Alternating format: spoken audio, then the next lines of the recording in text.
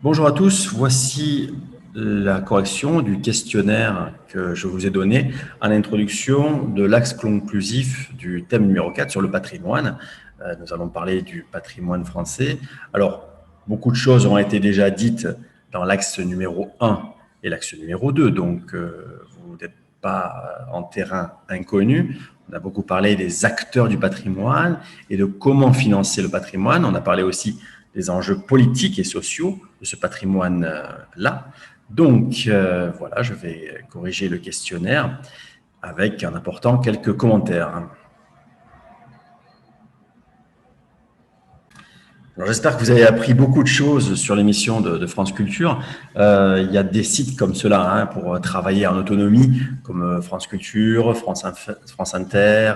Il y a beaucoup d'émissions qui reviennent de manière hebdomadaire, de manière mensuelle, que vous pouvez évidemment écouter selon les thèmes que vous préférez. Alors là, je vous ai donné cette émission qui parle d'économie. Bon, alors déjà, c'est un angle différent pour parler du patrimoine, évidemment, mais qui parle donc de notre thème numéro 4, économie et patrimoine, comment financer et qui finance le patrimoine, et qui l'exploite aussi, et comment l'exploiter aussi. Ça, il y a beaucoup de débats, et c'est un débat qui a été ouvert par les intervenants, qui était assez riche. J'espère que vous avez appris beaucoup de choses, que je le répète vraiment, parce que les intervenants avaient des opinions très différentes, et ils argumentaient comme vous devriez faire dans un débat, et comme vous le faites dans le débat, c'est-à-dire avec des arguments contradictoires sur un même thème. Et c'était très intéressant d'entendre les arguments différents, justement pour les questions de la fin. Alors, il y a beaucoup d'entre vous n'ont pas répondu ou ont eu du mal à répondre aux questions de la fin parce que c'est des questions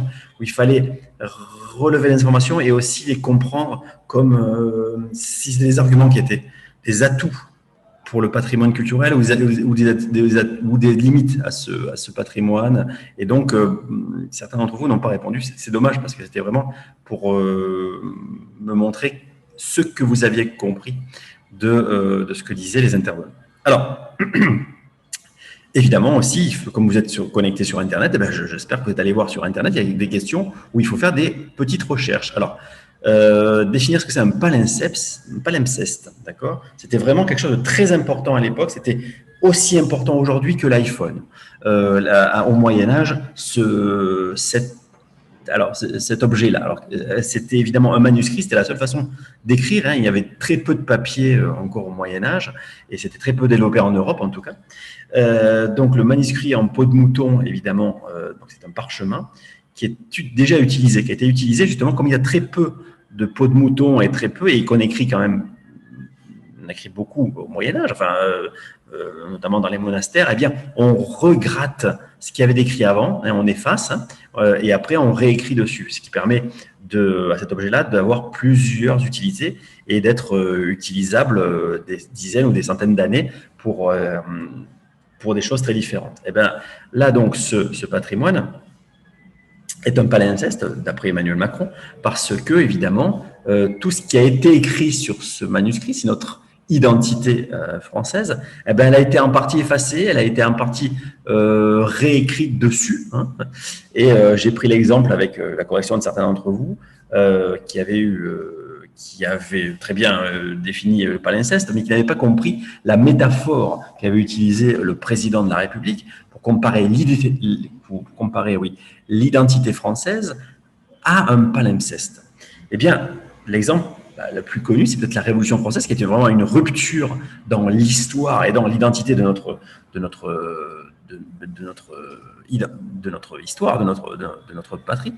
Eh bien, la Révolution française qui efface en partie la monarchie absolue, la période qui l'a précédée en fait.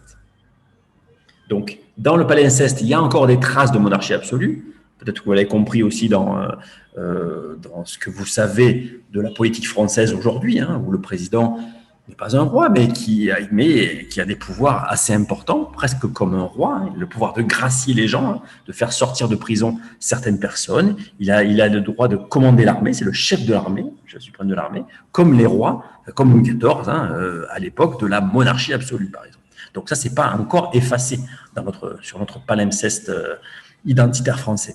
Mais il y a aussi, évidemment, ce qui a été créé dessus, la Révolution française avec la laïcité, avec la liberté, avec l'instauration de la République, difficilement. Vous le savez autant que moi, puisque vous l'avez vu en première, que la République, comme régime politique en France, a eu du mal même bien après la Révolution française, à s'imposer comme régime politique stable et qui permet d'une cohésion et une unité du pays. Deuxièmement, donc, quelle est la part du budget? Alors, tout le monde l'a dit, puisque l'intervenante le dit vraiment. Donc, c'est 3% environ. C'est pas beaucoup. Hein. Déjà, le budget du ministère de la Culture, c'est pas énorme par rapport à tous les budgets de tous les ministères français. Mais là, c'est 3% du ministère de la Culture, qui n'est pas un ministère qui a beaucoup de budget en France. C'est pas le ministère de la Défense ou de l'Éducation nationale, qui sont des ministères avec beaucoup de budget. Ou le ministère du Travail, pardon, de l'Économie. Donc, évidemment, ce n'est pas suffisant pour l'intervenante. Il y a encore beaucoup de monuments en péril et qui ne sont pas sauvés, évidemment. Et les collectivités locales, alors j'espère que vous avez compris, c'est pour ça que j'ai mis ce qu'était qu'une collectivité locale, c'est sur des régions en France, les départements, les municipalités, les villes et les villages qui ont un budget et qui font plus d'efforts que le ministère, qui donnent plus d'argent, en fait, à la culture, à la restauration du patrimoine, que l'État lui-même. Hein, si on fait la somme de toutes les régions, tous les départements, toutes les municipalités qui donnent un peu d'argent pour sauver le château local, pour sauver tout ce qui est du patrimoine. Et vous savez, cette définition est très importante et très large. Question numéro 3. Le loto du patrimoine est-il un succès? Ben oui, hein, puisqu'il y a eu beaucoup de tickets vendus, et même des gens qui ne jouaient jamais au loto, ben, ils en ont acheté. Mais le souci, évidemment, il y a un mais.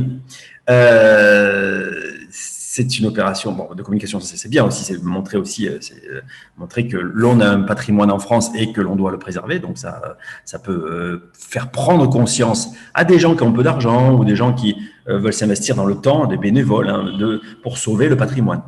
Mais seulement, évidemment, sur les 15 € du billet, c'est assez cher comme billet de loto, mais les Français ont fait l'effort. Hein, mais sur 15 €, eh bien, c'est 1,5, c'est-à-dire 10% qui va pour le patrimoine. C'est assez peu. Hein. C'est une goutte d'eau, évidemment, dans la mer pour sauver le patrimoine. C'est ce que dit l'intervenante. Hein. Donc, il y a d'autres façons de sauver le patrimoine. Mais ça permet de communication et d'avoir un succès populaire, de voir vraiment que les Français ont pris conscience qu'ils ont un patrimoine, qu'il faut le sauvegarder et que donner 15 € pour le loto, pourquoi pas, ça permet d'aider le sauvetage du patrimoine. Question 4. Le loto du patrimoine est-il une spécificité française? Non, il existe déjà en Grande-Bretagne et aussi en Allemagne. Il récolte évidemment des fonds pour restaurer le patrimoine, mais pas que. Hein. Il y a d'autres fonctions, mais comme ce n'est pas notre sujet, on n'a pas développé. Alors, quelle activité économique principale est générée par le patrimoine conservé? Conservé c'est mieux. Voilà. Le tourisme, bien sûr, c'est le tourisme. Hop, c'est pas où je vais, d'accord. J'ai pas. Voilà. Alors on le fait en direct. Hop là. Voilà. Bien sûr, c'est le tourisme. Tout le monde a marqué ça. C'est bon. Quelles sont les autres sources proposées pour augmenter le budget de conservation du patrimoine? Eh bien, redonner une partie plus importante du PIB généré par le patrimoine, par le tourisme au patrimoine en général, hein, et notamment, par exemple, augmenter la taxe de séjour. Vous savez, quand vous allez dans un hôtel, je ne sais pas si vous l'avez remarqué, il y a le prix de la chambre, hein, plus, 1 €, 2 €, ça dépend des villes. Hein, ça dépend des villes, ça dépend des étoiles de l'hôtel aussi. Hein. Vous avez 1 €, 2 € qui vont en taxe de séjour, qui vont directement dans la poche des municipalités. Et avec cette taxe de séjour, les municipalités, elles font ce qu'elles veulent, bien sûr, mais elles peuvent aussi, évidemment, valoriser le patrimoine de cette ville-là, pour qu'il y ait encore plus de touristes qui viennent dans les hôtels et qui dépensent leur argent pour venir voir le patrimoine, par exemple. C'est un cercle vertueux de la création de richesse. Et pourquoi ça ne serait pas très important pour les Français? Ça diminuerait pas le pouvoir d'achat des Français et ça se verrait pas, parce que souvent les touristes sont étrangers, hein, et donc c'est eux qui paient la facture. Quelle mesure a-t-elle adoptée? Cette mesure a-t-elle été adoptée? Qui est intéressant. Non, pas encore. Il y a eu un projet de loi il y a 10 ans, hein, mais qui a été mis de côté par le gouvernement de l'époque. Peut-être sera-t-il réactualisé. Je compte sur vous pour regarder l'actualité. Alors, l'effet Bilbao. Bilbao, c'est une ville dans le Pays basque espagnol. Donc, on est au nord-ouest de l'Espagne. C'est une ville industrielle. C'est un port, une ZIP, une zone industrielle-portuaire, hein, avec à côté des mines de charbon aussi.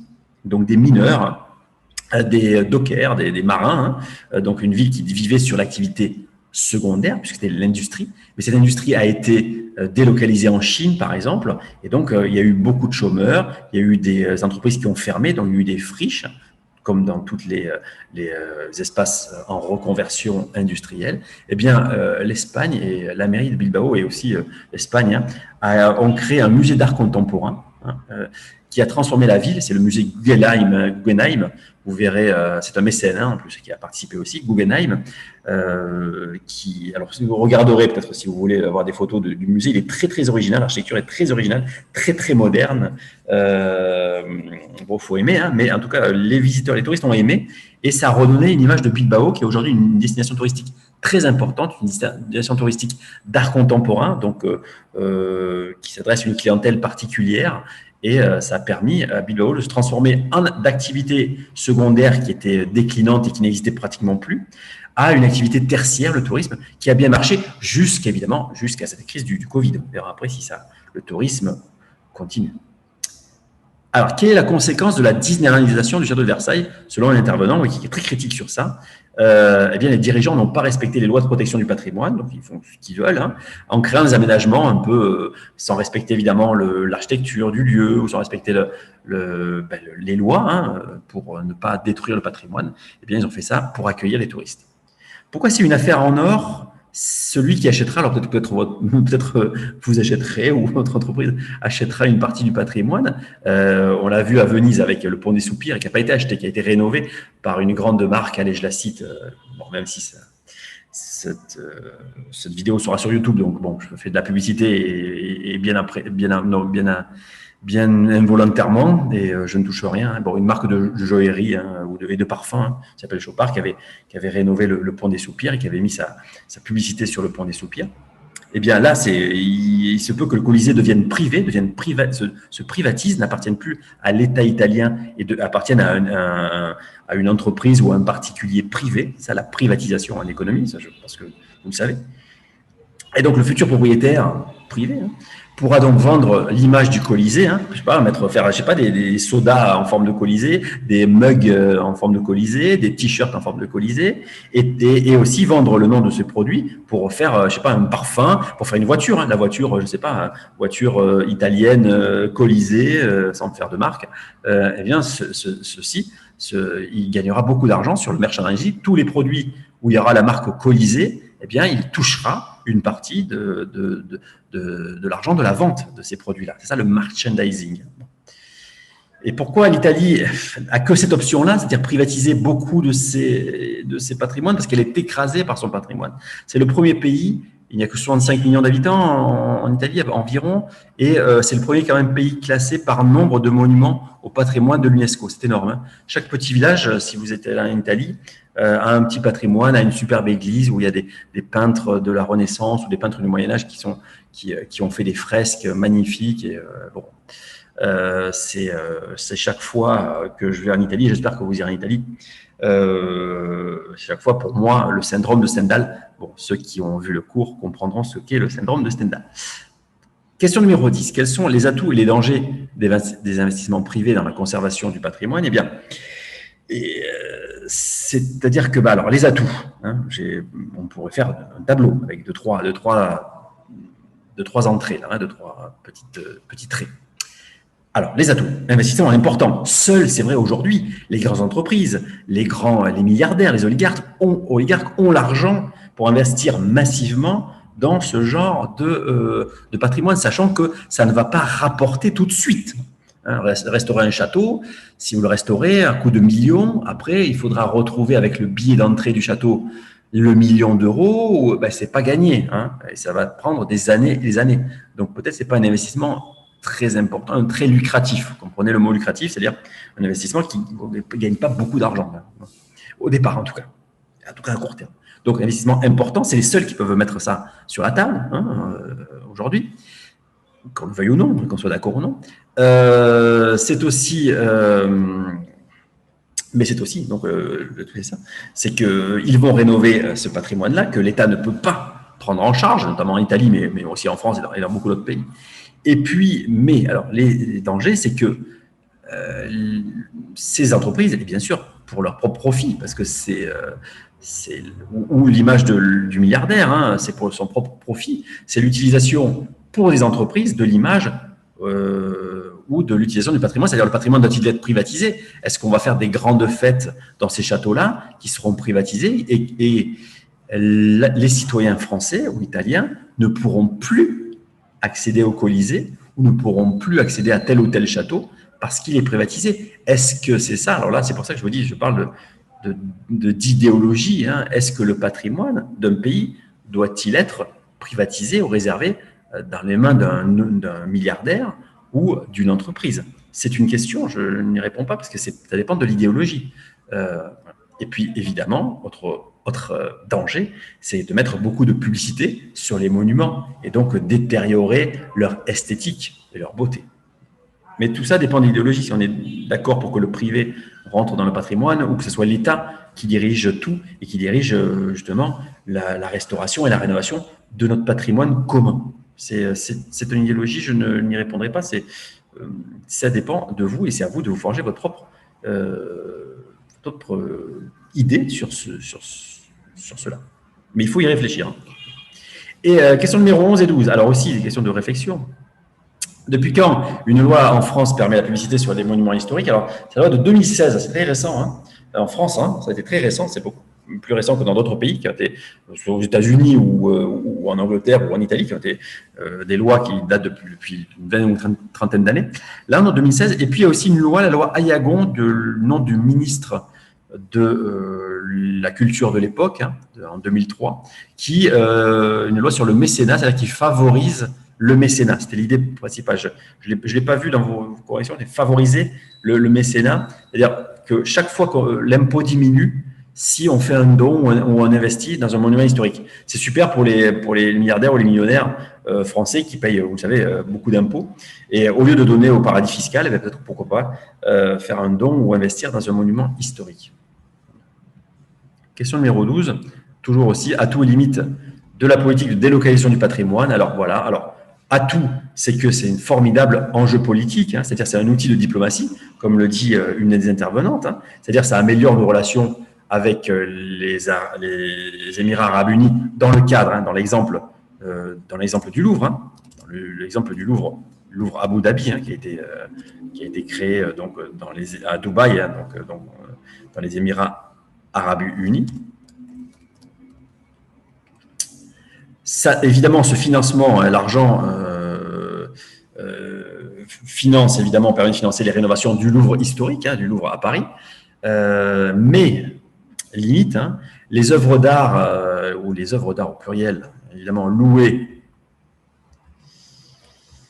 manquent aux visiteurs du Louvre, hein, évidemment. Les gens ont payé pour entrer au musée du Louvre et un tableau de Léonard de Vinci ou un tableau de Raphaël ou une sculpture de Michel-Ange, par exemple, eh bien, est en location à Abu Dhabi, donc les visiteurs, ils ne le verront pas. C'est assez dommageable parce qu'ils ont payé le billet d'entrée comme les autres avant.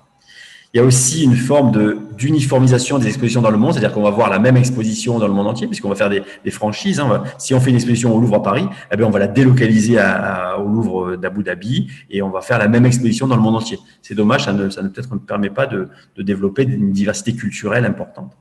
Et puis, l'argent est mal employé. Alors ça, mal, voilà, vous voyez, j'ai mis un mot de morale, hein, c'est le mot d'un des intervenants. Apparemment, l'argent ne servirait pas que donc il y a un débat. Hein. Est-ce que l'argent d'Abu Dhabi sert à financer les rénovations? Donc ça c'est bien, c'est un atout. Ou est-ce qu'il est mal employé? Ça c'est une limite, cette politique-là. Hein. Bon. Et bien sûr, d'autres idées personnelles, vous les avez. Vous pouvez évidemment les mettre en exergue sur cette feuille-là qui vous permettra de commencer à réfléchir sur l'axe conclusif que nous étudions ensemble, en partie en présentiel, en partie en distanciel. Merci de votre écoute. Vous aurez sur Pronote, évidemment, le format Word de cette correction-là. Et je vous dis à bientôt.